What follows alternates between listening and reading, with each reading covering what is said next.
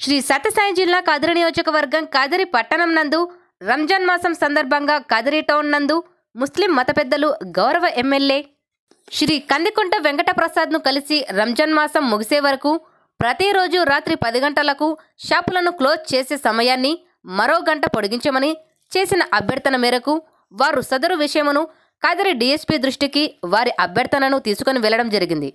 అందుకు కదిరి డీఎస్పీ వారి అభ్యర్థన మేరకు ఈ రోజు నుండి రంజాన్ మాసం ముగిసే వరకు వారికి అవసరమగు షాపులకు రాత్రి 10 గంటల సమయము నుండి 11 గంటల వరకు ఓపెన్ చేసుకున్నటకు వెసులుబాటును కల్పించడం జరిగినది. Inspector of police Kadiri town PS